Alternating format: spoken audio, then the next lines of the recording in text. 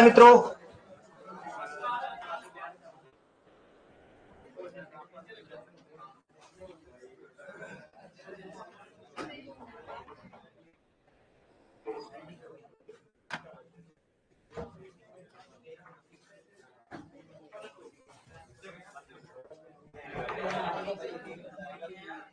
अब तो बंदी कर लो इसको।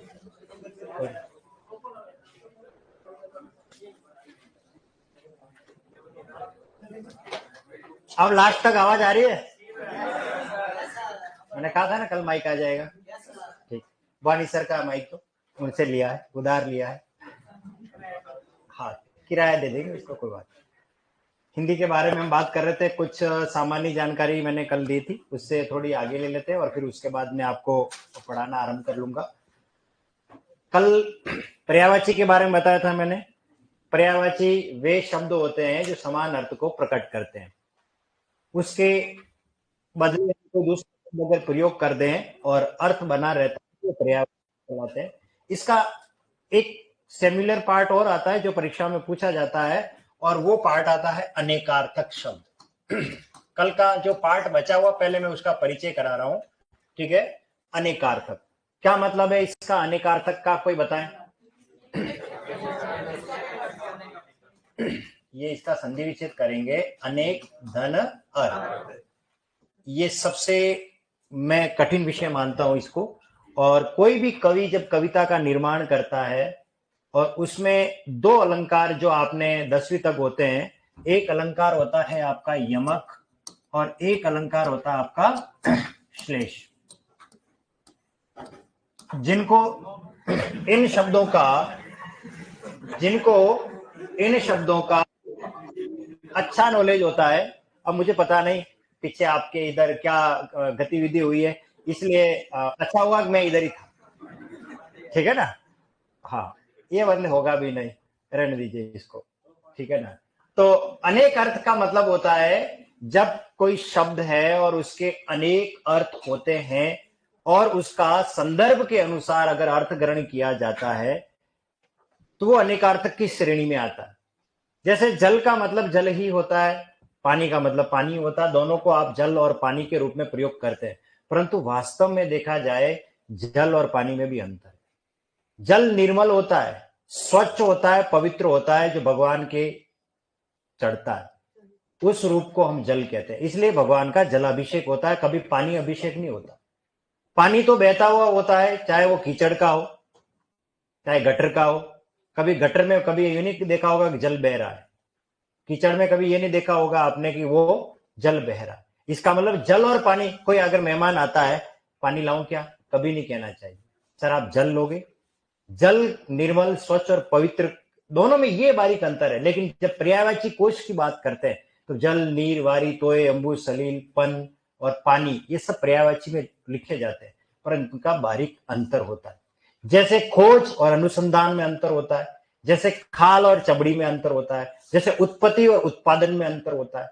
ये कुछ शब्द ऐसे हैं जैसे अनुसंधान, खोज और आविष्कार, इनमें अंतर होता है। ये दिखने में पर्यायवाची, परंतु दोनों तीनों शब्दों में अंतर है। जैसे ये एक शब्द है खोज, ये एक शब्द है अनुसंधान और एक शब्द है आविष्कार। जब हम पर्यायवाची की बात करेंगे तो ये सब पर्यायवाची माने गए, लेकिन बारीक बातों की दृष्टि से देखें ये तीनों अलग कंसेप्ट है। सबसे पहले बात करते हैं आविष्कार की। प्रकृति में जो वस्तु है ही नहीं, मानव अपने बुद्धि कौशल से, श्रम से, विवेक से उस वस्तु का अगर निर्माण करता है, जो पहली बार आती है, उसको क्या कहा जाता है? आविष्कार। जैसे जे.एल. बेयर्ड ने टेलीविजन का आविष्कार किया, मार्कोनी ने रेडियो का आविष्कार किया, राइट बंधुओं ने एरोप्लेन का आविष्कार किया, थॉमस अल्वा एडिसन ने फाउंटेन पेन का आविष्कार किया। ये सारे आविष्कारक और आविष्कार वाली वस्तु थी, वो पहली बार आई, ठीक है। अब बात ये आती है कि अगर वो वस्तु कहीं गुम हो जाए और उसको ढूंढ कर लाना है, ऐसी स्थिति में हम खोज का प्रयोग करते हैं। मेरा पेन कहीं गुम हो गया, खोज के लाना जरा।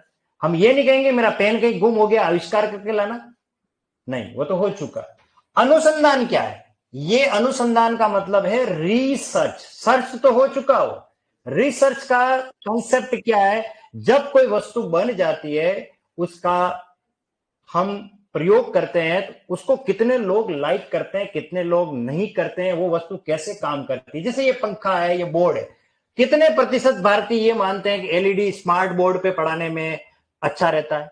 इसके एडवांटेज क्या है, इसके डिसएडवांटेज क्या है? परंपरागत जो श्यामपट्ट था, ब्लैक बोर्ड, वो पढ़ाते हैं, वो अच्छा है, ये अच्छा है। कंपैरिजन करना, तुलना करना, उसके गुण और दोषों का विवेचन करना, ये सब फैक्ट किसमें आते हैं? अनुसंधान में आते हैं। यहां तक बात समझ में आ गई? यूं तो पर्यायवाची में ये सब चीजें एक जैसी हैं, परंतु बारीक अर्थ देखोगे तो इनमें अंतर है। तो अनेकार्थक का मतलब यही है, जब किसी शब्द के अनेक अर्थ हो। चलिए इसका उदाहरण देकर के बता रहा हूं, संदर्भ के अनुसार ही उसका हम प्रयोग करेंगे। ये एक शब्द है कर। चलिए आप बताओ सर, कर का मतलब क्या होता है?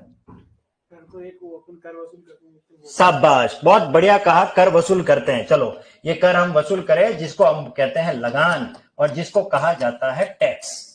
चलिए, और आप कर के बारे में क्या जानते हो? ये बताए वही है।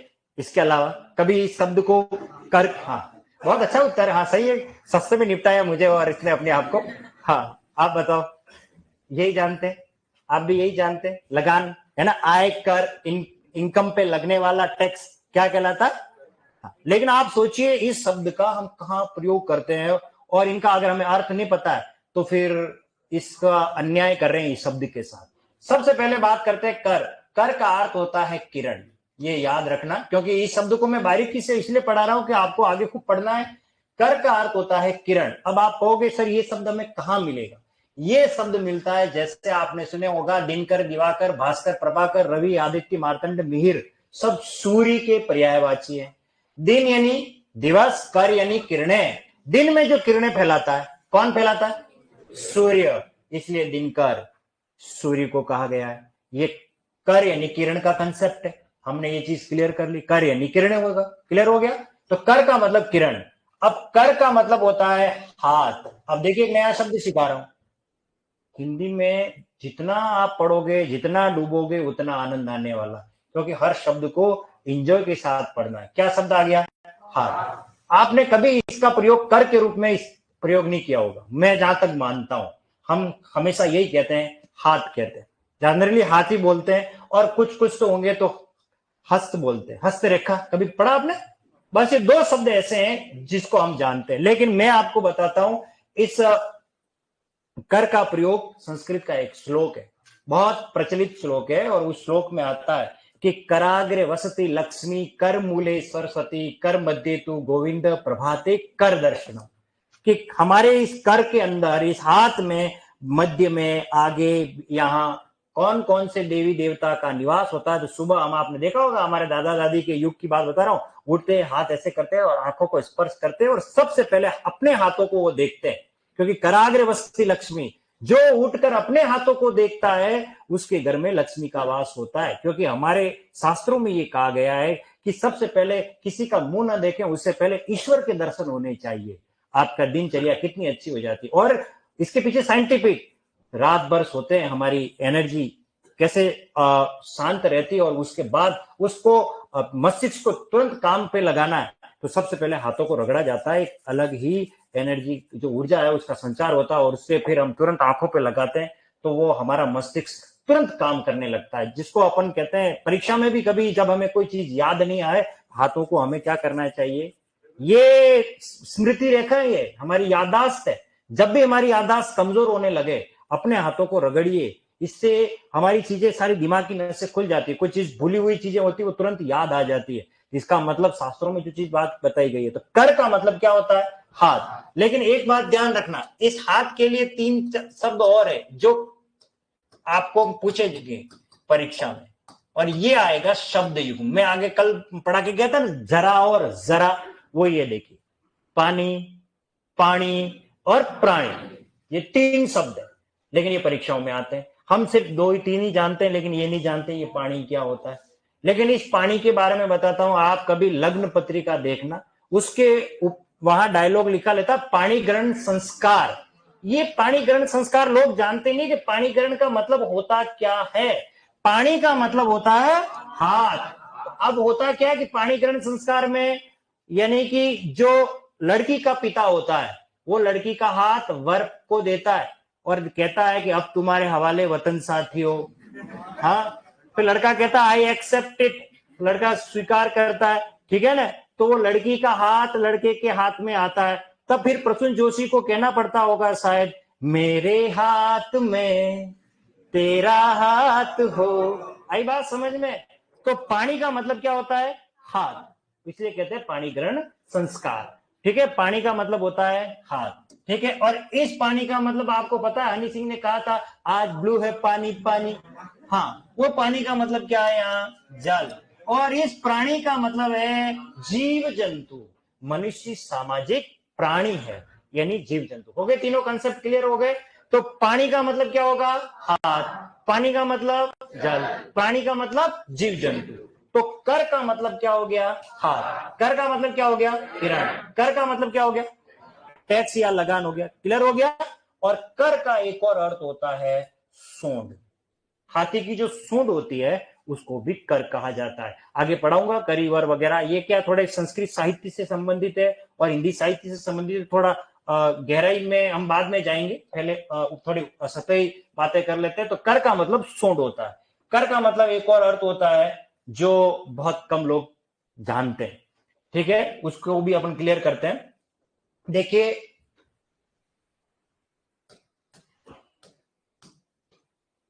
पढ़िए इसको। देखो, मैं आपके घर आकर चाय पीऊंगा, बताइए इसमें आकर से क्या मतलब है? आने से, खाकर, पीकर, चलकर। बात समझ में आ रही है ना? तो इसका मतलब कर के अर्थ से अभिप्राय है डू। इंग्लिश में बोलते हैं जिसे डू, और हिंदी में बोलते हैं करना। जैसे तो ऐसा कर, मेरे लिए 2 कप चाय बना, एक तू पीना एक मैं पीऊंगा। कर यानी करने से अभिप्राय कार्य, कार्य को करना। क्लियर हो गया? अब देखिए, ये आकर जोड़ के लिख दो तो फिर और मामला अलग हो जाएगा।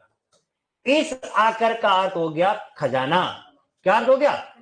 खजाना। कैसे? देखिए, यह है रत्न और इधर आ गया आकर, और दोनों को जोड़ोगे तो बनेगा रत्नाकर। देखिए, एक एक शब्द को पढ़ोगे सब पर्यायवाची वैसे याद हो जाएंगे आपको। रत्न का खजाना, और इस सृष्टि में रत्नों का खजाना है समुद्र में, जहां नीलम, मोती, मूंगा, माणक, दुनिया भर के हमारे रत्न जो मिलते हैं वो कहां मिलते हैं? समुद्र में मिलते हैं। इसलिए रत्नाकर किसका पर्यायवाची है? समुद्र का। और ये हमें कौन बता रहा है? आकर। आकर यानी होता है खजाना। जब तक हमें इस शब्द का अर्थ नहीं पता है तो हम रत्नाकर के कंसेप्ट को भी नहीं समझ पाएंगे कि रत्नाकर का मतलब क्या होता है। रत्नाकर समुद्र को कहते हैं, बस इतना हम रट के आ रहे हैं। लेकिन ये शब्द है रत्न प्लस आकर, क्या बन गया? रत्नाकर। बात समझ में आ गई? क्लियर है? अब आप सोचिए, इस कर का मतलब किरण, इस कर का मतलब लगान, कर का मतलब हाथ, कर का मतलब सूंड, कर का मतलब करना। एक शब्द है और इतने सारे अर्थ है। अब आप कैसे तय करोगे कि किस शब्द का क्या अर्थ निकालना है? इसका मतलब उस समय वाक्य की संरचना जो हो रही है, जो संदर्भ हमारे सामने आ रहा है, उसको ध्यान में रख करके उसका अर्थ हमें ग्रहण करना पड़ेगा। ये है अनेकार्थक शब्द की सबसे बड़ी विशेषता कि इनका प्रयोग कवि जब जान लेता है तब फिर वो अपने काव्य में प्रयोग करता है, और काव्य में प्रयोग करता है, और वहीं से फिर परीक्षा में प्रश्न तैयार हो जाते हैं इन 2 अलंकारों को लेकर, यमक और श्लेष। आप में से कोई जानता है क्या यमक और श्लेष के बारे में? मुझे थोड़ा सा आइडिया दे दे यमक और श्लेष के बारे में, क्योंकि ये बहुत महत्वपूर्ण है। क्योंकि यहां से मैं अगर पेपर सेटर होऊंगा, यहां से जरूर प्रश्न बनाऊंगा, क्योंकि अनेकार्थक आपके पाठ्यक्रम में। बताइए, यमक और श्लेष के बारे में कोई नहीं जानता? चलो कोई बात नहीं, नहीं जानते हैं तो देखिए आज इसके ऊपर बात कर लेते थोड़ी सी, फिर उसके बाद मैं आपको आगे लेके चलूंगा। इन दोनों को अच्छी तरीके से समझना, और मैं 2 उदाहरणों से इन दोनों को समझाऊंगा कि ये वैसे कक्षा 10 तक पढ़ाने वाले हमारे अलंकार होते हैं, लेकिन क्या है कि आपकी भी गलती नहीं है। एक तो आपने हिंदी किस रूप में पढ़ी, और कॉलेज में आते तो उस में समय हम किस तरीके से पढ़ते हैं मैं जानता हूं। मेरे पास तो एमए फाइनल वालों की जब कॉपियां आती थी गवर्नमेंट यूनिवर्सिटी की, मैं चेक करता था तो 1 नाइट फुल फाइट की कॉपियां आती थी। 1 नाइट फुल फाइट का मतलब होता है वो एक ही रात पढ़ता है पूरे साल में। कल परीक्षा है और वो Srinath 1 week series, Mahesh 1 week series, Udaipur passbook में ऐसी कौन सी आती है, पूरी रात पढ़ेगा, वन नाइट फुल फाइट, और अगले दिन आके के वो 5% यूनिवर्सिटी में सिस्टम जानते हो आप कैसे प्रश्न होते हैं, और वो पास हो जाते हैं, वहां पासिंग मार्क नंबर ले आते हैं। लेकिन फिर मरण तो तब होता है जब वो कोचिंग फील्ड में आते हैं, क्योंकि उनको कंसेप्ट पूरा क्लियर ही नहीं है। तो कुछ लोग ऐसे भी होते हैं जिन्होंने डायरेक्ट वैसे पढ़ाई करके आए, जिसने वास्तव में पूरी पढ़ाई की है उनको किताबें पढ़ने की भी आवश्यकता नहीं है, सब दिमाग में क्लियर होता है। जैसे मैं, अब मुझे किताबों की भी जरूरत नहीं पड़ती, मुझे कहीं से भी कोई सा भी टॉपिक उठा के पूछना है, पढ़ाना है, क्योंकि इतने साल हो गए, इतनी किताबें अपन ने अध्ययन कर ली, ऑटोमेटिक ही होता है। कोई जो भी यहाँ आता है क्योंकि वो पढ़ा करके उस चीज को क्लियर होगा। घर पे जाते हैं हमको पता है चाय पत्ती किस डब्बे में, तुरंत हमारा हाथ वहीं जाता है, क्यों? हमारे दिमाग में वो चीज फिक्स हो चुकी है। हम किसी के घर के बाहर जाते ही चप्पल खोलते हैं, कोई आके कान में नहीं कहता चप्पल खोल, ऐसा नहीं कर, क्योंकि हमारा दिमाग वैसा हो गया है। तो बस जिस दिन हमारे ये दिमाग ऐसा हो जाएगा कि इस शब्द का हमने याद ऑटोमेटिक ही, मैं कह रहा हूं 2-3 बार आप प्रयोग करोगे। अभी जैसे मैं अभी रत्नाकर का मतलब क्या होता है? समुद्री, अब है ना, ये चीज कंसेप्ट अपने दिमाग में होगी, 2-3 बार अब आप फेंको, किसी को नहीं सुनने वाला है तो फेंको। अरे वो बोले हाँ ये रत्नाकर का मतलब समुद्र होता है, अरे वो इसको नहीं कोई बात नहीं, याद करे, अपने को याद करना, अपने याद होगा तो अपना सिलेक्शन तो हो ही जाएगा। तो यमक और श्लेष के बारे में क्या शब्द है वो बता रहा हूं, दोनों के बीच में यमक का अर्थ होता है जोड़ा, युग्म। कविता में जब शब्द 2 या 2 से अधिक बार आए और प्रत्येक बार अर्थ भिन्न हो, इसका मतलब अनेकार्थक शब्द होगा। एक ही शब्द 2 बार आए और दोनों बार अर्थ अलग हो जाए, कितनी बड़ी बात है। कवि ने क्या सोच करके, आपको ये कहां मिलेंगे ऐसे ऐसे कवि, दिमाग कहां लगाता होगा, कैसे लिखा? पहले इसको उदाहरण देकर के समझाता हूं मैं कि इसका प्रयोग कैसे हुआ। एक युवती थी जो पानी लेने के लिए जा रही थी जेठ की दोपहरी में, तो आसमान में चिलचिलाती धूप थी, बहुत तेज। उसी समय बादल ने देखा आज तो मैं इसको भिगोऊंगा, आज इसके तन पर बारिश की बूंदे गिराऊंगा, कमबख्त छाता लेके नहीं आई। ये बादल ने देख लिया, कहीं से वो मटका भर करके माथे पे ला रही थी और आसमान में बादल ही बादल, घनघोर बादल हो गए, और बादल ही बादल हो गए इतने सारे।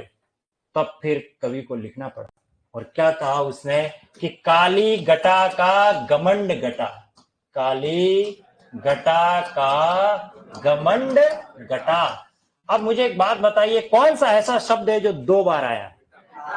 घटा 2 बार आया, आ गया समझ में? अब काली घटा कौन है? घनघोर काले बादल इतरा रहे, इठला रहे कि आज इसको भिगोऊंगा, क्योंकि ये कमबख्त छाता लेके तो आई नहीं है।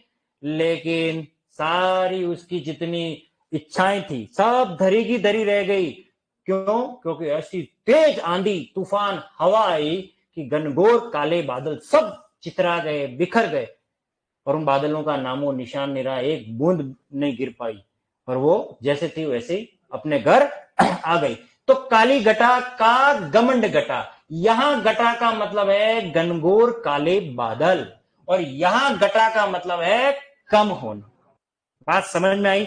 ये अनेकार्थक शब्द है। एक तरफ तो घटा का मतलब क्या है? काले घनघोर बादल। इस घटा का मतलब क्या है? कम होना। तो क्या शब्द की आवृत्ति हुई है कि नहीं हुई है? हुई है। अर्थ प्रत्येक बार भिन्न है या नहीं है? बस वहां कौन सा अलंकार होगा? यमक अलंकार है। तो मुझे अच्छी तरीके से याद है, रविंद्र जैन का म्यूजिक कंपोज किया हुआ एक गाना है, हेमलता ने बहुत अच्छी आवाज में वो गाना गाया, और उसमें यमक अलंकार का प्रयोग किया। और वो गाना आपने भी सुना होगा, लेकिन आपने यमक अलंकार नहीं पढ़ा होगा, तो उस शब्द के साथ न्याय नहीं हुआ था उस गाने के साथ। वो गाना ये था, सजना है मुझे सजना के लिए, जरा उलझी लटे संवार लूं, है ना? तो सजना है मुझे यानी क्रीम पाउडर, लिपस्टिक, आईलाइनर लगानी है, किसके लिए? सजना यानी कि तैयार संवरना, और सजना यानी प्रियतम। शब्द कितनी बार आया? अर्थ प्रत्येक बार भिन्न है, तो कौन सा अलंकार है? आई बात चमचे में, मतलब समझ में आ गई? ये चमचे में आया, इसकी पूरी कहानी है, बाद में सुनाऊंगा आपको भी, ठीक है?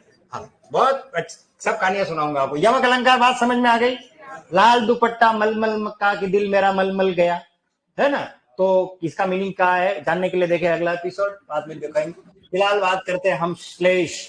ये सबसे इंपॉर्टेंट है, यहां थोड़ी दिक्कत होती है, ये बच्चे गलती कर लेते हैं लेकिन आप लोग गलती नहीं करोगे, ठीक है ना। श्लेष का अर्थ क्या, पहले इसका मीनिंग समझ लीजिए। चिपका हुआ, ये श्लेष का मीनिंग है। एक ही शब्द में बहुत सारे अर्थ चिपके हुए हो और कमबख्त एक ही बार आता हो। अब आप सोचिए कवि कितना सोचता होगा, एक शब्द को लेकर के अलग अलग अर्थ से अलग अलग व्याख्या कर दे तो कितनी बड़ी बात होगी। तो मैं इसका उदाहरण देख के बताता हूं कि श्लेष कहां है और किस तरीके का इसका प्रयोग हुआ। सुबरन को ढूंढत फिरे कवि कामी अरुचोर, ये एक पंक्ति है। इसको हाँ, मैं लाइव जो जुड़े हुए हैं बच्चे उसमें से सौरभ कुमार और ये बताते रहे श्लेष का अर्थ चिपकना, बिल्कुल सही बता रहे, एक ही शब्द के अनर्थ निकलना। हाँ, बहुत सारे कमेंट, इतना पढ़ने का मेरे पास समय है नहीं है, लेकिन आपके कमेंट बिल्कुल सही है, बहुत बढ़िया। कि सुबरन को ढूंढत फिरे कवि कामी अरुचोर, देखो क्या शब्द आया है, सुबरन। इसके पहले की पंक्ति जब तक हमें नहीं पता तब तक इस दोहे के साथ हम न्याय नहीं कर पाएंगे। आपको शायद एक पंक्ति मुझे अच्छी तरह की याद है, आप लोगों को सबको पता होगा, लगभग आप सबने सुनी होगी। अब पछताए हो तो क्या जब चिड़िया चुग गई खेत। ये किस किसने सुना, और जिसने नहीं सुना उसको अभी मैंने सुनाया तो कमबख्त उसका हाथ खड़ा होना चाहिए था। हाँ, हाथ खड़े नहीं किया, जैसे अभी तो बोला है ठीक है। तो अब पछताए हो तो क्या जब चिड़िया चुग गई खेत। अब मुझे बताइए आप में से इसकी पहली लाइन क्या है। तो आप तो ये सोच रहे कि ये भी पहली है, ये आपकी नजरों में तो यही पहली है क्योंकि सुनी यही है आपने। इसकी पहली लाइन है, ये तो दूसरी लाइन है। अब आप ये बताओ, सवाल मेरे ऑनलाइन वालों से, चलो गूगल सर्च करके बता दो, नकल करके, कोई बात नहीं, क्योंकि आपके पास तो सोर्सेस है, इनके पास तो बापड़ों के पास सोर्सेस ही नहीं है। हाँ ठीक है ना। खैर मैं आपको बता दूं कि आछे दिन पाछे गए, आछे दिन पाछे गए, हरि सो कियो न हेत, अब पछताए होत क्या जब चिड़िया चुग गई खेत। कक्षा 10 नवीन हिंदी व्याकरण, उसके लास्ट में ये पल्लवन के पार्ट में ये आपको मिलेगी। जब हमने इस पुस्तक को लिखा था उसके बाद तो उसका नया एडिशन आया, ये आपको मिलेगी। अभी वाली किताब में शायद है नहीं, पुराना जो पार्ट था इसका कक्षा 9 से 12 जो हिंदी व्याकरण चलती है, ठीक है ना। मैं सब प्रमाणिक बातें करूंगा आपको, क्योंकि मैं तो खुद गवर्नमेंट विद्यालय में हिंदी पढ़ाने का ही काम करता हूं, तो मुझे पता है कौन सा शब्द किस जगह पर पड़ा हुआ है। राजस्थान का सारा पाठ्यक्रम हमारे द्वारा ही लिखा जाता है, यहीं उदयपुर में। पता है आपको, नहीं पता? चलो ठीक है, अब बात करेंगे इस पर बाद में। तो सुबरन को ढूंढत फिरे कवि कामी चोर, इससे पहले की जो पंक्ति है उसको समझना बहुत जरूरी है, क्योंकि मैं उसमें 3 व्याख्याएं समझाने वाला हूं। क्योंकि इतनी बड़ी कवि ने क्या दिमाग लगाया होगा, इतना लिखने के लिए उसने कितने श्रम किया होगा, कितनी बातों को समझा होगा। ये है चरण धरत, चरण धरत शंका करत, भावत नींद न शोर, भावत नींद न शोर। सुबरन को ढूंढत फिरे कवि कामी अरु चोर। अच्छा ये बताओ, ये कुछ समझ में आ रहा है आपको? ये बताओ क्या है। किसी किसी को थोड़ा थोड़ा समझ में आ गया, गहराई में जा रहा, लेकिन किसी को अभी तक ये कुछ समझ में नहीं आ रहा क्या है, इसके पीछे की कहानी क्या है। 3 कहानियां हैं और वो 3 किरदार ये, और वो 3 किरदार में से सबसे पहला किरदार है कवि। अच्छा मुझे बताइए, कक्षा 10 में से हाल फिलहाल मतलब जो पढ़ करके आया, तो उसमें एक चैप्टर है लखनवी अंदाज। किसी ने अगर पढ़ा हो तो बात कर रहा हूं। वो एक नवाब साहब होते हैं, वो खीरा खाते हैं। ये किस किसने पाठ पढ़ा वो बताओ, वो मेरी बात जल्दी समझेंगे। उस पाठ में क्या है, लखनवी अंदाज में एक साहित्यकार होता है, उसे लिखने की आदत है और लिखने के लिए उसको चाहिए शांति, इसलिए वो ट्रेन के डब्बे में बैठ जाता ऐसे कि जिसमें कोई नहीं हो, खाली डब्बा देख करके। लेकिन मरण तो तब होता है उसमें एक नवाब साहब बैठे हुए होते हैं। अब क्या करें, वो लेखक को तो लिखने के लिए उसको दिमाग को सोचने के लिए खाली चाहिए, कहीं पहाड़ पर्वत झरने ऐसे नजर आए मैं लिखूं, लेकिन अब उसके अंदर कल्पना शक्ति वो ये सोचता है कि अब मैं तो अब लिख ही नहीं पाऊंगा क्योंकि ये तो सामने मेरे डिस्टर्बिंग एलिमेंट बैठ गया, मेरा दिमाग काम नहीं करेगा। पर वो ये देखता है कि वो नवाब साहब खीरा खाते हैं, खीरा, और उस खीरे की फाक उतार करके उसमें नमक मिर्च लगा करके और खाते नहीं है, उसको सूंघते हैं और सूंघने के बाद उस खीरे को ट्रेन के बाहर फेंक देते हैं। तो बोलते हैं यार ये गजब आदमी ऐसा क्यों कर रहा है? वो ये बोलते हैं हम नवाब है, हम खीरे खाते नहीं, उसकी खुशबू से पेट भर लेते। क्या कहा? हम केवल खुशबू मात्र से कल्पना कर लेते हैं कि हमने खीरा खा लिया। तो वो कवि जो बैठा वो सोचता है यार ये आदमी केवल इतना कल्पना कर रहा है कि खुशबू मात्र से, तो फिर मैं तो कवि हूं, फिर मैं इनमें क्यों उलझा हुआ हूं? तो मैं भी कल्पना कर सकता हूं। उसके लिए कोई ये जरूरी नहीं है कि डब्बा खाली हो या भरा हो। अगर आपको कोई रचना करनी है तो उसका आपके दिमाग को चलाना पड़ेगा। तो चरण दरत में बात कर रहे हैं कवि की। चरण का मतलब है पंक्तियां, लाइनें।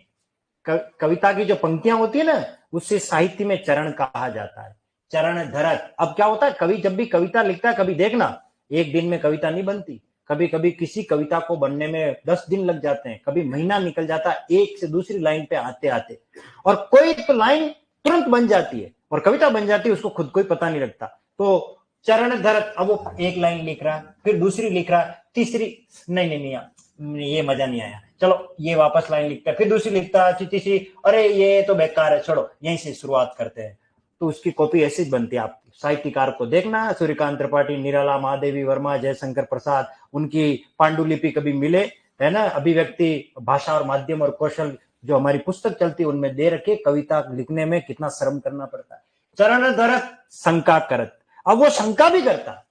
मुझे याद है अच्छी तरीके से, मुझे एक चैप्टर है कक्षा 12 में आरोग्य की पुस्तक में, कविता के बहाने, है ना, कि बात की चूड़ी मर जाएगी ज्यादा अगर किसी कविता के साथ छेड़छाड़ करोगे। कविता यानी पोइट्री, उसकी बात कर रहा हूं। कोई आप अन्यथा किसी शब्द की तरफ चले जाओ तो आपको लगेगा सर क्या कह रहे, कविता किसी के लड़की का नाम हो गया तो और फिर सत्यानाश हो जाएगा। हाँ होता है, ऐसे ही होता है।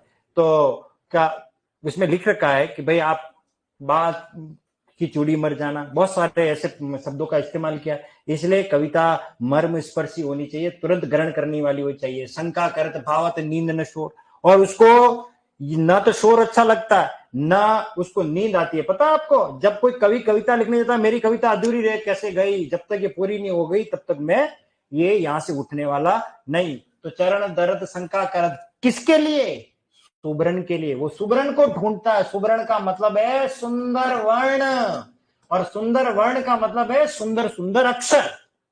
मेरी कविता बोझिल नहीं होनी चाहिए, लोगों की जबान पर होनी चाहिए कि तुरंत उस कविता को बोले, याद करे, ऐसी कविता लिखूं मैं। उसके लिए वो घंटों मेहनत करता है। तो कवि के लिए सुबरन का मतलब क्या है? यहां तक बात समझ में आ गई। अब बात करते हैं कामी। कामी का मतलब होता है आशिक, यूं कह सकते हो, हाँ प्रेमी कह सकते हो। कोई है, किसी से प्रेम हो गया, और होता प्रेम ऐसे दुनिया में, एक इकलौता वो आशिक ही नहीं है, दुनिया में बहुत सारे लोग हैं। रामधारी से दिनकर ने तो बहुत बड़ी बात कह दी। ये प्रेम की बात ही ऐसी है कि कहते हैं सब रोगों से कठिन प्रणय है, कहते हैं सब रोगों से कठिन प्रणय है, लगता यह जिसे, लगता मतलब ये प्रेम का रोग की बात कर रहा हूं, ठीक है ना। कहते हैं सब रोगों से कठिन प्रणय है, लगता यह जिसे, फिर उसे नींद कहां आती है, फिर उसे नींद कहा जाती है, दिवस रुदन में और रात आह भरने में कट जाती है। हाँ, आह भरने में कट जाती है का मतलब करवटे बदलते रहे हम सारी रात, ठीक है ना। आंखें खुली हो या हो बंद, दीदार उनका होता है, कैसे कहूं मैं ओ यारा ये प्यार कैसे होता है। आप समझ में आया? हाँ ठीक है ना। तो ये मैं नहीं कह रहा हूं, ये रामधारी सी दिनकर कह रहे थे। और ये जो मैंने कहा है ये आनंद बख्शी ने कहा है। मोहब्बतें में उत्तम सिंह का म्यूजिक कंपोज किया हुआ, ठीक है, वो अलग बात है, ठीक है। सब पूरी क्लियर है पिक्चर। यहाँ आने से पहले मैं फिल्म इंडस्ट्री में था,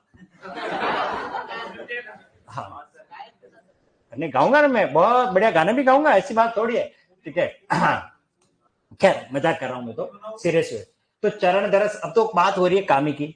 आप समझ में आए कामी कौन होता है, रईस सॉरी आशिक कौन होता है। होता क्या है, अब जैसे देखिए यहाँ बहुत सारे बच्चे पढ़ रहे हैं, और बच्चे पढ़ रहे हैं तो हो सकता है कि जनरली होता है, मैं आगे आपको जब हिंदी पढ़ाऊंगा बहुत सारे शब्द ऐसे आएंगे। डॉक्टर जब शादी नहीं होती है डॉक्टर बन जाता है, तो कोई उसके साथ नौकरी करने वाली डॉक्टर नहीं होती है तो शादी कर लेता है, क्योंकि विचार मिल जाते हैं। कोई मास्टर होता है तो और शादी नहीं होती है, मास्टर नहीं मिल गई तो शादी कर ली, तो होता है ऐसे ही। और कोई कोचिंग में होता है, साथ पढ़ रही है और विचार मिल गया तो हो सकता है वो शादी कर ले। ये अलग बात है, नहीं भी करे या उसको पसंद करे।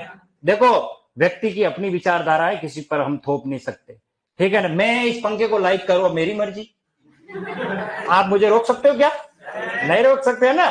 तो हाँ ठीक है, तो इसका मतलब अब कौन किससे लाइक कर रहा है ये इसको आप उसकी विचारधारा, आप किसी पर विचारधारा पर आप जाकर के उसके ऊपर आप लगाम थोड़ी कर सकते हो। आंखें बंद करके जो देखा वो तेरा चेहरा नजर आया, तो आंखें बंद करने के बाद भी चेहरा नजर आ रहा, तो फिर आंखों के अंदर थोड़ी घुसोगे क्या। तो ठीक है, तो वो कामी है, तो वो देखना वो कहाँ, जिससे उसने किसी लड़की को देख लिया, उसको वो पसंद आ गई, उसको पता है इस हॉस्टल में रहती है। अच्छा अब वो लड़की तो बाहर निकलती है, कहाँ है, किस कमरे में, किधर है, उसके लिए पंक्ति लिखी है ये कवि ने, चरण धरा। चरण यानी अब इस चरण का मतलब है पैर, कदम। चरण धरत शंका करत, अब वो लड़का उस हॉस्टल के इर्द गिर्द मंडरा रहा है और दबे पांव जा रहा आ रहा, कहीं जेल सर तो नहीं आ गए, कहीं यार ये तो नहीं आ गए, कोई मेरा बेचमेंट का साथी तो नहीं आ गया, कोई सर तो नहीं आ गए। अरे चरण धरत शंका भी कर रहा, भावत नींद न शोर। और जब इश्क जब हो जाता है तब नींद नहीं आती, इश्क जब हो जाता है ना नींद नहीं आती, जो दिनकर ने कही वही बात बता रहा हूं। और उसे शोर भी पसंद नहीं है, भाव भाव ऐसे कुत्ते करने लग गए।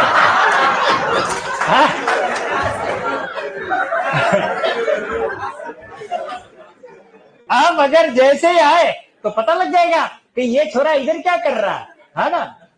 तो चरण धरत शंका करत, भावत नींद न शोर सुबरन को। यहां सुबरन का मतलब है सुंदर रूप वाली, सुंदर वर्ण वाली, समझ में आ गया, अर्थात सुंदरी अप्सरा, उसको देखने की लालसा है उस कामी पुरुष के, अर्थात उस कामी व्यक्ति के। यहां सुबरन का मतलब ये, यहां बात समझ में आ गई।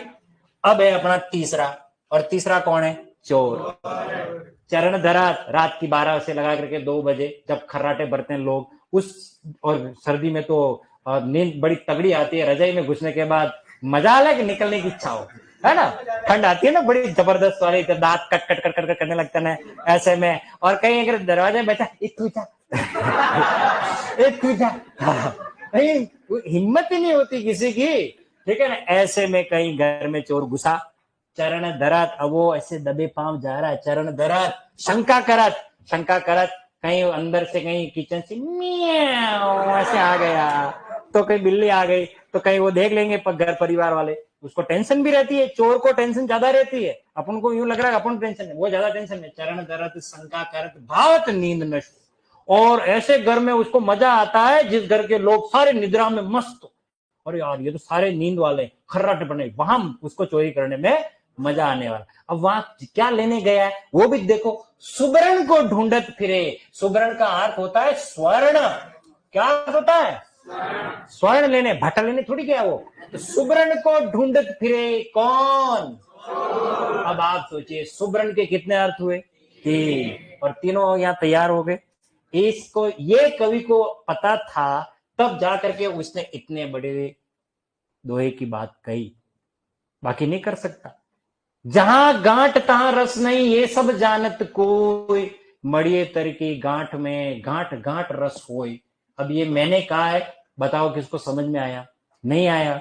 अब इसके लिए व्याख्या आपको समझानी पड़ेगी तो ही समझ में आएगा, है ना। वो तो मुझे समझाना पड़ेगा, नहीं तो फिर कहोगे सर ये क्या है और क्या कह गया। हाँ व्याख्या देखो, आप क्या वो मेरे से हिंदी साहित्य और लिटरेचर पार्ट नहीं पढ़े, इसलिए आपको क्या थोड़ा वैसे गुरुजी नहीं मिले। मैं थोड़ा अलग तरीके के पढ़ाता हूँ, क्योंकि मैं तो विद्यालय के बच्चों को भी पढ़ाता हूँ, उनको ऐसे ही पढ़ाना पड़ता, बाकी तो उनके ऊपर से हेलीकॉप्टर जाता पता ही नहीं रहता, है ना। तो उनको हर शब्द का, सारा खेल मसला किसका है, शब्द का।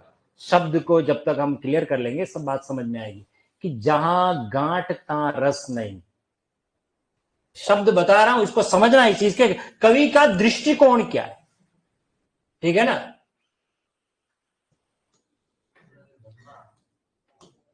शुगर केन जानते हो आप, गन्ना, हाटो, साटा, ठीक है ना। कि जहां गांठ, गांठ का मतलब होता है गन्ने की पोर, इस गांठ का मतलब बता रहा हूं कि गन्ने की पोर, जहां गांठ ता रस नहीं। दो शब्द आ रहे, ध्यान रखना अच्छी तरीके से, एक तरफ आ रहा है गांठ, एक तरफ आ रहा है रस। इस गांठ का मतलब गन्ने की पोर, गन्ने की पोर। जहां गांठ ता रस नहीं, ये सब जानत कोई। रस का मतलब तरल पदार्थ। दुनिया के सभी लोगों को पता है कि यहां रस नहीं होता, यहां रस होता है। तो वो गन्ना यहां से खाएगा, यहां से खाएगा, बट को कटो भरेगा, ये वाला पार्ट खाएगा ना, क्योंकि सबको पता है।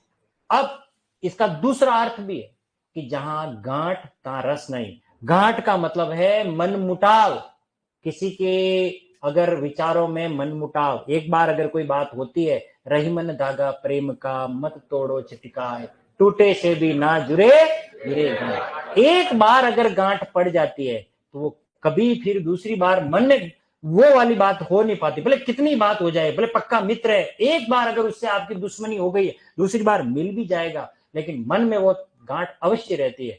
उस गांठ का अर्थ है मनमुटाव। और रस का अर्थ है आनंद। रस का मतलब क्या है, आनंद। वहां वो आनंद की बात नहीं होती है जो पहले की बात होती है। अब इसको बताता हूं आगे क्या है, कि जहां गांठ ता रस नहीं, ये सब जानत कोई, कि मड़ियेतर की गांठ में। अब मड़ियेतर कहते हैं विवाह। मड़ियेतर का मतलब क्या होता है, विवाह। अच्छा, आप में से ऐसा कौन है जिसने शादी कर ली, ऐसा कोई है इसमें?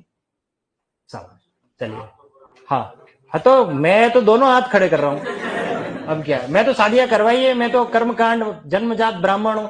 मैं पहले यही 10 साल मैंने कर्मकांड ज्योतिष का काम किया, तो कितने ही मैंने शादियां करवा रखी है, तो मुझे अच्छा अनुभव है।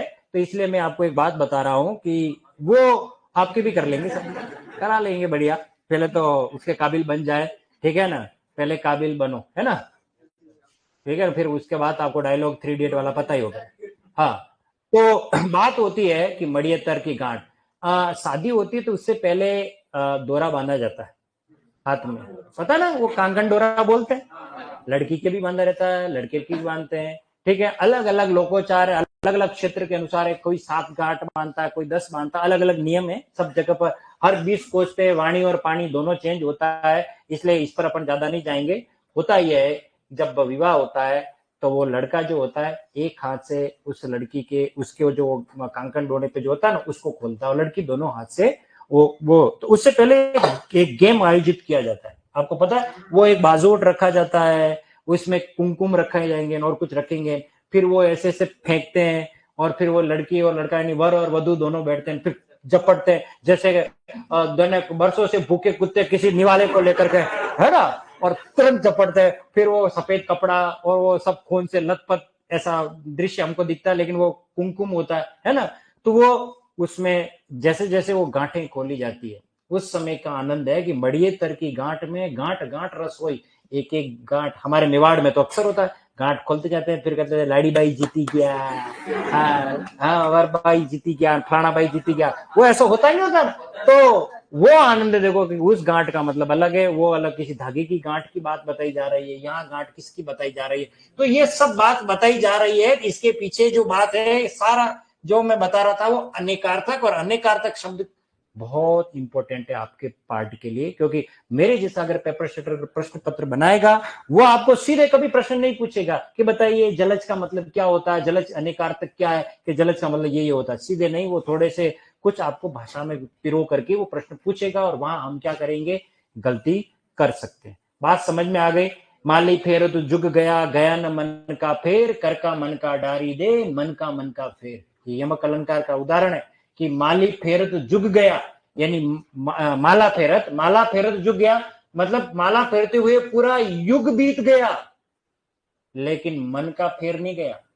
मन का मतलब समझते हो, हमारे मन में घृणा नफरत द्वेष नहीं है। माला फेर रहे राम राम राम राम राम, और मंदिर में बैठे हैं और टंग किसी ने घंटी बजाई, कौन है, राम राम राम, ये कौन है, तो हमारा दिमाग तो कहीं और है। तो है ना, माला फेर तो जुग गया, गयान मन का फेर। कर का मन का, कर यानी हाथ, आया ना कर, कर का मन का डारी दे, कर में जो हाथ में मनिया फेर रहे हो ये दिखाने वाला, इसको फेर दे तो आपके जीवन कर का मन का डारी दे, कर का यानी हाथ का, मन का फेर, मन के अंदर जो विषय विकार भरे हुए उसको बदलाव करिए। कबीर दास जी ने इतनी बात कही तो उसके पीछे कहीं न कहीं ये यमक अलंकार को ध्यान में रखते हुए क्योंकि उन्होंने इस चीज को समझा होगा। खैर, अब तो हम बात कर लिए अपने बहुत सारी, ये हिंदी को बहुत सारे आगे खूब पढ़ाना है अभी मुझे, खाली मैं ये बता रहा हूँ कि हिंदी को आपको कैसे पढ़ना है। चलिए अब अपन बात कर लेते हैं आज के थोड़े टॉपिक पर। चलिए शुरुआत कर लेता हूं, मैं थोड़ा सा पढ़ा लेता हूं। अब आपको लिखना विखना कुछ नहीं, समय कितना बचा अपने पास, 10-15 मिनट बचे हुए। चलो, 3 बेर खाती थी वो 3 बेर खाती थी, नगर न जड़ाती थी वो नगर न जड़ाती है। बिल्कुल ये भूषण की कविता है, बिल्कुल सही कहा राहुल चौधरी जी, और इसमें यमक अलंकार है, बहुत बढ़िया सही लिखा आपने। चलिए चलिए ये अब आप लिखना नहीं है, सिर्फ सुनना है, क्योंकि अब आज से शुरुआत करने वाले ये 4 बातें आपको पढ़ा, बस इससे ज्यादा नहीं पढ़ाऊंगा, बस इतना ही पढ़ाऊंगा, और कल आते ही इनके बारे में बात करने वाला हूँ। ठीक है, अब हम हिंदी की शुरुआत कर रहे हैं। जब भी हम कोई पाठ पढ़ते हैं तो उससे पहले हमें बेसिक जानकारी पता होनी चाहिए। इतनी सारी बातें मुझे इसलिए पढ़ानी पड़ रही है क्योंकि जो अगला हमारा जो सबसे प्रामाणिक जो टॉपिक हमारे सामने है वो है हमारा संधि। और संधि बहुत से कोचिंग में 2 दिन में 3 दिन में संधि पढ़ा ली जाती है, लेकिन मैं जिस संधि को पढ़ाऊंगा 10 घंटे की क्लास संधि में ही, और मैं 1000 उदाहरण संधि में याद कराऊंगा, और 1000 याद नहीं, वो शब्द आपको याद हो जाएंगे। रात की 12 बजे भी कोई आपसे पूछे इस शब्द का मतलब क्या है, तो रात की 12 बजे लाइट चालू करके और उस शब्द के पीछे भाग करके रजिस्टर उठा करके फिर इसका मतलब ये होता है, वो सामर्थ्य पैदा नहीं करूंगा मैं, तो वो सामर्थ्य पैदा करने वाला हूं कि रात की 12 बजे पूछे इसका मतलब क्या है, इसका मतलब ये होता है लाइट बंद कर सोने दे। समझ में आया ना? ये होती है पढ़ाई जुनून कि अरे यार रजिस्टर में लाओ, 1 मिनट रुक, फिर तो मतलब ही नहीं। तो वर्ण, शब्द, वाक्य, पद, ये हिंदी की महत्वपूर्ण अवधारणा है, इनकर हम बात कर रहे हैं। सबसे पहले बात करते हैं वर्ण पर। वर्ण का मतलब सीधा सा है, यह आपके पाठ्यक्रम में नहीं है, इसमें ज्यादा आपको दिमाग नहीं लगाना, लेकिन लगाना तब है जब आप किसी रेट की परीक्षा को, किसी पटवार की परीक्षा को, किसी सेकंड ग्रेड या सब इंस्पेक्टर की तैयारी कर रहे हो, वहां ये आपके पाठ्यक्रम में मिलेंगे। इसलिए मेरा एक दायित्व बनता है कि मैं इनके बारे में आपको बता दूं। वर्ण का मतलब है वह ध्वनि। देखो एक नया शब्द आ रहा है और आगे, क्या शब्द आ गया? ध्वनि। बहुत सौ को ध्वनि लिखना नहीं आता, मैं कई बैच पढ़ाता हूं तो उसमें ध्वनि की मात्रा बड़ी लिख देते हैं। ध्वनि में मात्रा कैसी आती है? छोटी आती है, ध्यान रखना।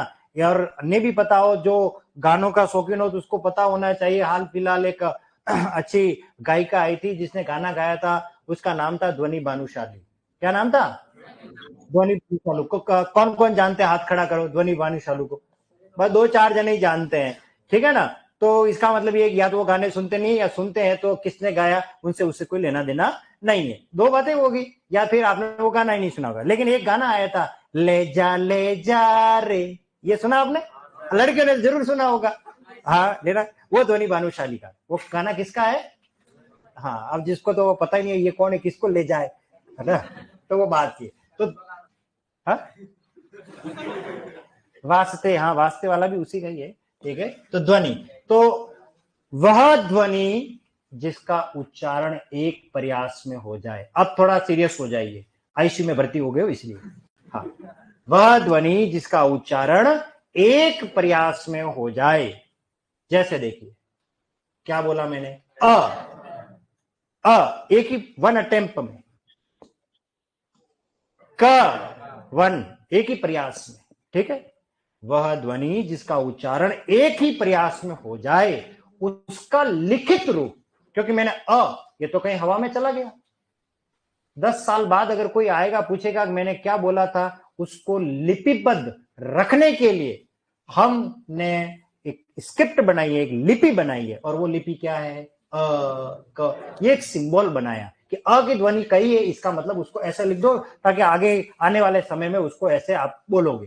तो वह ध्वनि जिसका उच्चारण एक ही प्रयास में हो जाए उसका लिखित रूप क्या कहलाता है? वर्ण कहलाता है। क्या कहलाता है?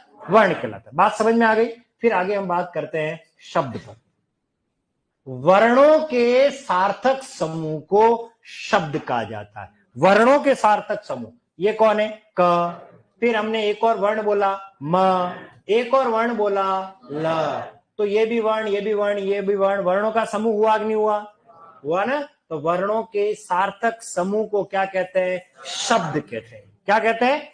शब्द। याद रखना और ध्यान रखना, अर्थ के आधार पर भाषा की सबसे छोटी अगर कोई इकाई है वो है शब्द। कौन है वो? शब्द है, ये ध्यान रखना।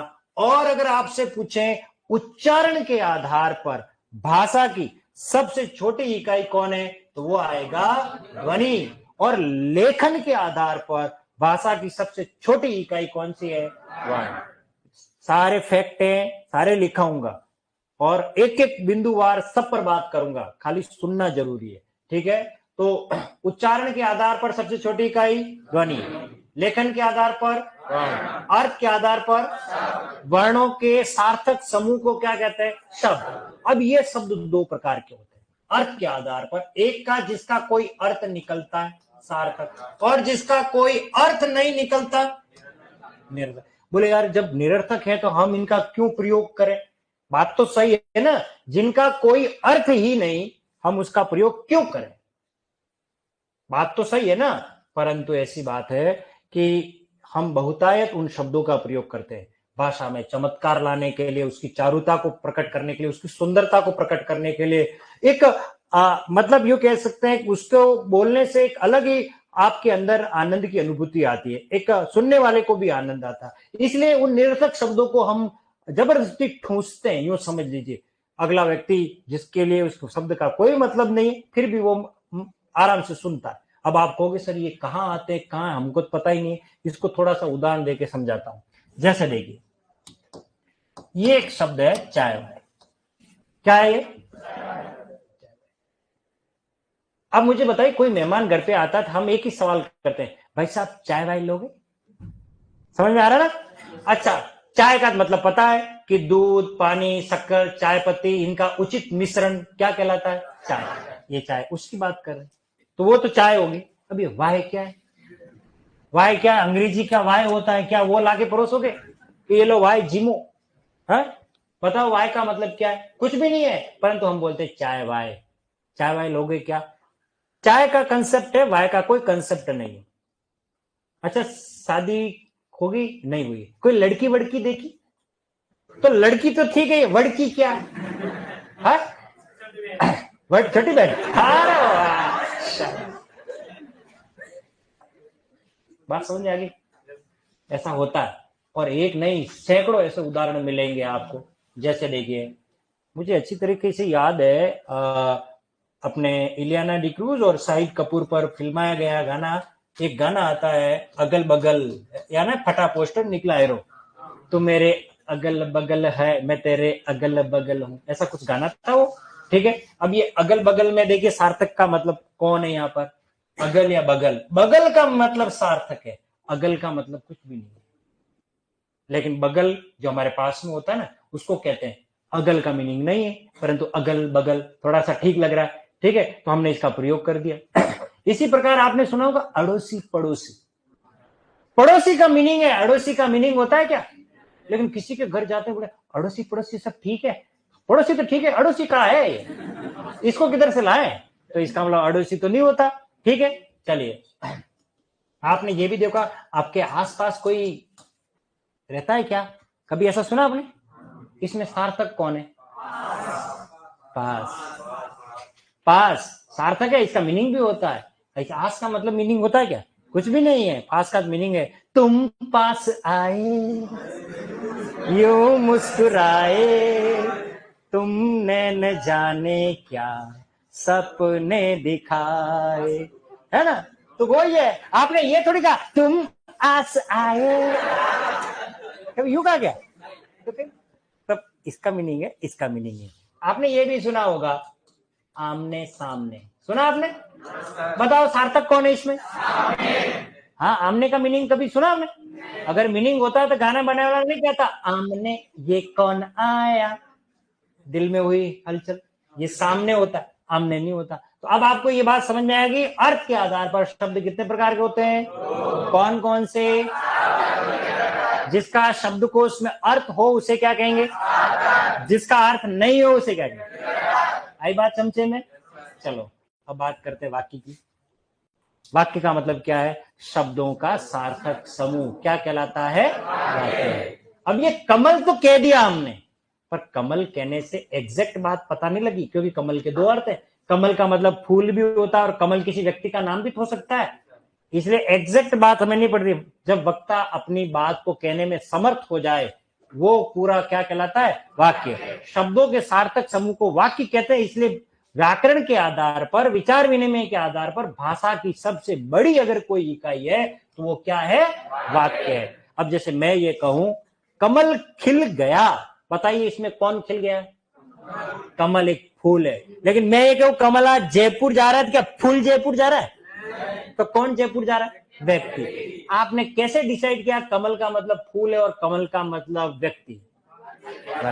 विचार विनिमय की सबसे बड़ी शक्ति जिस पर अपन क्लियर बात करें वो कौन है। यहां तक बात समझ में आ गई।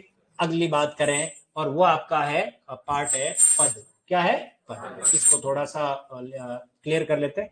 पद के पहले मीनिंग समझा देता हूं।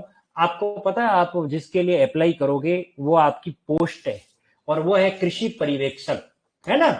तो पद, किस पद के लिए आप अप्लाई कर रहे हो, प्रिंसिपल के लिए, चपरासी के लिए या कृषि पर्यवेक्षक के लिए, तो वो आपकी पोस्ट है। पोस्ट यानी पद, और उसको कहा जाता है ओहदा।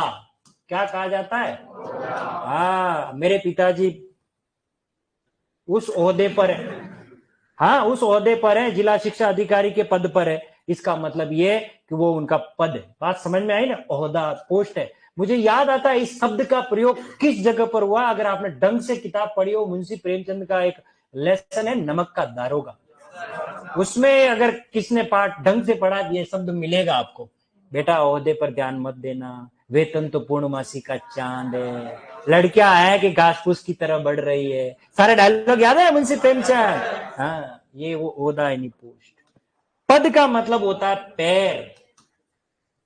पैर, कदम हमारे होता है ना, तो मैं 10 पद चल के आया हूं। कदम जिसको कहते हैं पद यानी वो पैर को कहा जाता है, ठीक है। और पद यानी होता है कवितांश। क्या होता है, कवितांश। कवितांश जैसे सूरदास के पद, मीराबाई के पद, कबीरदास जी के पद, ठीक है ना। मोको कहां ढूंढे बंदे मैं तो तेरे पास में, नामे देवल नामे मस्जिद नामे काबे के लाश में, ये कहा ना कबीर। ये ऐसे कविता की लाइना, ये सब पद कहलाते हैं। ये तो हो गया इसका अनेकार्थक अर्थ। अब बात करते हैं वास्तव में पद का मतलब क्या है। जब कोई स्वतंत्र शब्द किसी वाक्य में प्रयुक्त हो जाए वो पद बन जाता है। ये इसकी परिभाषा समझना। जब कोई स्वतंत्र शब्द किसमें प्रयुक्त हो जाए, वाक्य में प्रयुक्त हो जाए। जैसे कमल शब्द था लेकिन मैंने कहा कमल खिल गया, अब उसके लिए वाक्य हो गया। अब ये एक वचन, द्विवचन है, बहुवचन है, जातिवाचक संज्ञा, भाववाचक संज्ञा, इस आधार पर व्याकरणिक कोटियों के आधार पर वो अपना पद, अपनी पोस्ट ले लेता है। आपको पता है जब किसी की शादी होती है और नहीं होती है उसके बाद उसकी पोस्ट में कितना परिवर्तन आता है। जिसकी शादी नहीं हुई है, किसी जैसे मान लेते हैं वो एक सिंगल, एक किसी पिता का वो लड़का है, शादी होने के बाद उसकी पोस्ट में बढ़ोतरी होती, वो पति बन जाता है। क्या बन जाता, हाँ प्रमोशन हो गया उसकी, ठीक है। थोड़े दिन बाद उसकी कोई संतान उत्पन्न हो जाती है तो वो पप्पा बन जाता है ना। अब आप सोचिए वो किसी के लिए बेटा है, वो किसी का पति है, वही आदमी वही है, और उसके पोस्ट में परिवर्तन हो रहा है नहीं हो रहा, बस। तो उसके ओहदे में अंतर आ रहा है नहीं, कौन क्या बन रहा है, कैसे बन रहा है, तो इसकी पहचान। लेकिन पहले उसकी पहचान किससे थी, ये फलाना चंद जी का लड़का है, रामलाल जी का बच्चा है ना। लेकिन थोड़ी बात वो अगर अच्छा हो जाएगा और किसी अधिकारी को, अरे ये तो उसकी लुगाई है रामलाल के लड़के की, क्योंकि अब उसकी पहचान क्योंकि उसी शादी करके आ गया। तो ऐसे समझ में आ रहा है ना। तो उसकी पहचान, जब कोई स्वतंत्र शब्द किसी वाक्य में प्रयुक्त हो जाता है तो वो उसका क्या ले लेता है, स्थान ले लेता है। इसलिए उस शब्द को हम क्या कहते हैं, पद कहते हैं। ये इस पर क्या प्रश्न आया था और रीट में कैसा आया था, और आधी आबादी यूं ही मर गई कि उनको पता ही नहीं पड़ा। उन्होंने मेरी क्लास अटेंड की होती तो कम से कम ये इस प्रश्न के साथ अन्याय नहीं होता, और वो न्याय करके आते, करे यार इतना सरल प्रश्न था, हमको पता ही नहीं था। अब बात आती है कि हमारे भाषा का जो स्वाभाविक क्रम है वो क्या है, उसको समझते हैं। तो सबसे पहले इंसान जो है वो ध्वनि का प्रयोग करता है। ध्वनि क्या बनाती है? वर्ण। वर्ण से क्या बनता है? शब्द। शब्द से क्या बनता है? वाक्य। और वाक्य से क्या बनेगा? ना, यही तो गड़बड़ी करेंगे। जाओ दो गाड़ी, काका जी को राज है। अरे भाई, वाक्य मिल करके एक वाक्य, दूसरा वाक्य, तीसरा वाक्य पैराग्राफ बनता है, और वो कहलाता है अनुच्छेद। क्या कहलाता है? अनुच्छेद। अब आप सोच रहे हैं ये पद का, अरे पद तो स्वतंत्र वाक्य, शब्द ही पद बनता है कब? जब वाक्य में प्रयुक्त होता है। शब्द वाक्य में प्रयुक्त होता है तब वो क्या बनता है? पद। पद कभी श्रृंखला में नहीं आता, वो तो पैरेलल चलता है। एक पैराग्राफ दूसरा पैराग्राफ मिल करके क्या बनाता है? अध्याय। क्या बनाता है? और अध्याय को आप क्या कहते हो? पाठ। एक पाठ, दो पाठ, ऐसे पूरा कंप्लीट होने के बाद एक क्या बनती है? पुस्तक। और उसको बहुत ज्यादा अगर अध्याय हो तो वो क्या बन जाता है? ग्रंथ बनता है। ये है। तो सबसे पहले कौन आएगा? ध्वनि। ध्वनि के बाद वर्ण, के बाद शब्द, के बाद वाक्य, के बाद अनुच्छेद, के बाद अध्याय, के बाद। बात समझ में आ गई? वह ध्वनि जिसका उच्चारण एक ही प्रयास में हो जाए उसका लिखित रूप क्या कहलाता है? वर्ण। ठीक है ना? वर्णों के सार्थक समूह को क्या कहते हैं? शब्द कितने प्रकार के होते हैं? कौन कौन से? सार्थक और भाषा की अर्थ के आधार पर सबसे बड़ी इकाई कौन सी है?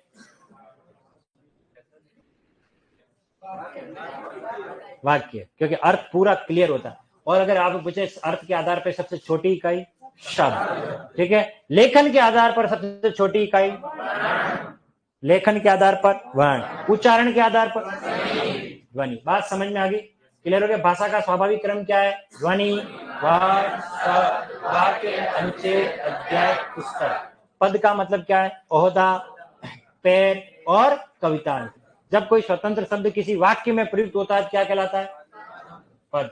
क्लियर होगी बात? सब क्लियर हो गई? अब यहां से पूछेंगे, जाते समय आपसे पूछे कोई, क्लियर कर लोगे?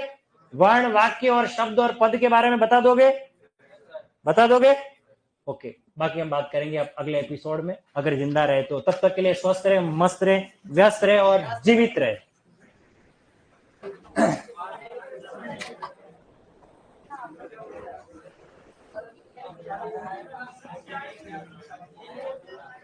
धन्यवाद भाई दिनेश भगत, क्या नाम है आपका? बगावत जी, बहुत बहुत बढ़िया।